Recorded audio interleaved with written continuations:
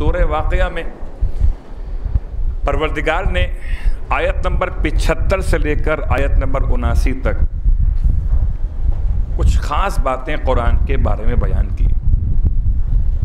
پہلا جملہ آیت نمبر 75، فَلَا أُقْسِمُ بِمَوَاقِعِ النُّجُومِ، فائے تفریح ہے کہ جو پچھلی آیت کے ارتباط کو بیان کر رہی ہے۔ فلا اور لا نافیہ نہیں ہے بلکہ لا قسم کے طور پر ہے یا لا زائدہ ہے۔ اقسمو، میں قسم کھاتا ہوں، خدا کہتا ہے فلا اقسمو بمواقع النجوم۔ ویسے قرآن مجید میں پروردگار نے قسمیں کھائی ہیں حروف کے اعتبار سے، اور بہت کم قسمیں کھائی ہیں لفظ اقسمو کے اعتبار سے۔ فلا اقسمو، پس میں قسم کھاتا ہوں، بمواقع النجوم، عجیب قسم ہے، نجوم کے مواقع کی قسم۔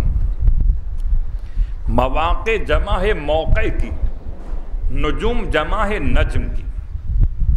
مواقع موقع کی جمع، نجوم نجم کی جمع، یہ ہے کیا مسئلہ؟ پروردگار انسان کو کیا بتانا چاہتا ہے؟ آئیے غور کیجئے، جب کبھی لفظ نجم کی بات کیجئے، نجم اکیلا لفظ نہیں ہے، یہ کوکب کی قسم ہے،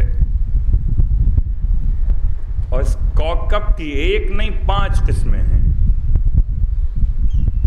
اور یہ 5 قسمیں میں کسی ایسی کتاب سے نہیں پڑھ رہا کہ جو آپ کے دسترس میں نہ ہو۔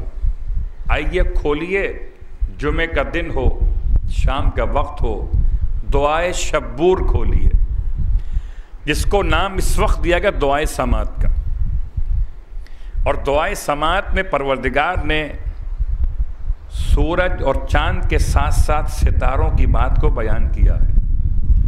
پروردگار تجھے تیری اس حکمت کا واسطہ جس کے ذریعے تو نے خلق فرمایا، الکواکب وجعلتها نجوما وبروجا وزینتا ورجوما۔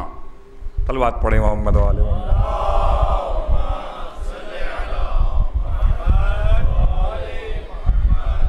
پروردگار تجھے واسطہ کواکب کا، کواکب کوکب کی جمع ہے۔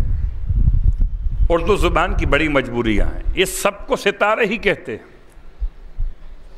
اردو میں کوکب بھی ستارہ ہے، نجم بھی ستارہ ہے، مصابیح بھی ستارہ ہے، زینت بھی ستارہ ہے، رجوم بھی ستارہ ہے۔ لیکن عربی اعتبار سے یہ سب ستارے برابر نہیں ہیں۔ جب ستارے برابر نہیں ہیں تو اب لائیے روایت اصحابی کالنجوم۔ آیت تو اپنے مقام پر کہتی ہے کہ ہیں ستارے مگر سب برابر نہیں ہیں، کچھ بہت مدھم ہیں، کچھ بہت تیز ہیں، کچھ راستہ بتاتے ہیں، کچھ موسم کی خبر دیتے ہیں۔ تمہیں کیا خبر؟ ستاروں کو نہ سمجھ سکے تو آل محمد کو کیا سمجھو؟ فلا اقسم بمواقع النجوم، پروردگار قسم کھا رہا ہے۔ قسم کسی چھوٹی بات کی، ہلکی بات کی نہیں کھائی جائے گی، خدا قسم کھا رہا ہے۔ تو نجوم کے مواقع، جہاں پر نجوم واقع ہوتے ہیں، اور نجوم پہلی قسم ہے کوکب کی، ایک زینت ہے، ایک مصابیح ہے، اور ایک بروج ہے، اور ایک رجوم ہے۔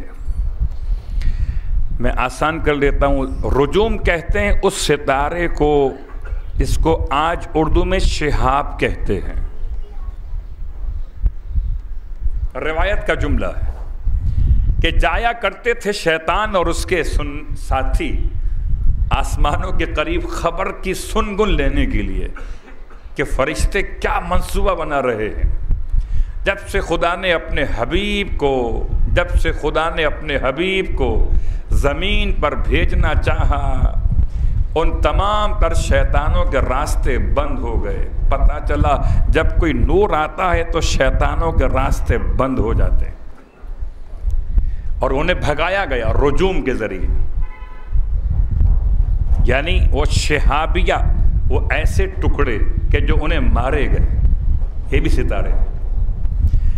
ایک ستارہ اور کا بروج، بروج جمع برج کی، اور برج کہتے ہیں آپ اپنے درمیان معبر کو، یعنی جس سے عبور کیا جائے، ایک راستے سے دوسرے راستے پر عبور کرنے کا جو برج ہے آپ کی زبان میں، اسے برج کہتے ہیں۔ کبھی غور کیجئے کہ ماہرین فلکیات بیان کرتے ہیں 12 بروج ہیں جن میں سے چاند گزرتا ہے، تو جن میں چاند گزرے وہ اور ہیں، جو شیطان کو مارے جائیں وہ ستارے اور ہیں، جو زینت بنے آسمان پر چمکتے ہوئے اتنا حسین لگیں وہ اور ہیں، جو بالکل اتنا روشن ہو کہ انسان کو راستہ بتائیں، حتیٰ کہ کعبے کی سمت بتائیں وہ اور ہیں، جو بیان کریں انسان کے لیے اس کے مقدرات کو، اس کی قسمت کو، وہ ستارے نجوم۔ صلوات پڑھے محمد و آل محمد۔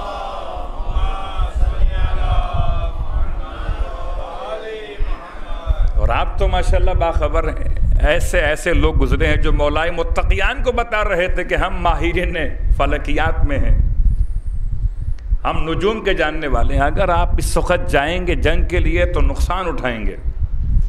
یا کسی نے علی کو بتایا تھا، یا علی کے لال جعفر صادق کو بتایا تھا کہ آپ جا رہے ہیں، یا بتایا تھا یا خود وہ شخص سامنے تھا مولا کے جو زمین کے ٹکڑے کا فیصلہ کروانے والا تھا،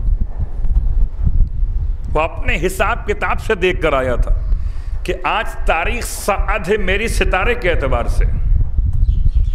اب اس کے الفاظ، اور آج تاریخ نحس ہے سامنے والی پارٹی کے اعتبار سے۔ سامنے کون؟ حجت خدا، معصوم امام، یا وہ شخص جو ماہرین علم نجوم کے اعتبار سے کہتا کہ میں جانتا ہوں کہ آپ جا رہے ہیں، نقصان اٹھائیں گے۔ اللہ اکبر۔ ستاروں کی چال اور ہے، آل محمد کے اشارے اور ہیں۔ ستارے چال مانگتے ہی آل محمد کے در سے ہیں۔ تم جسے نجم کہتے ہو وہی تو تھا جو در فاطمہ زہرا پہ آ کے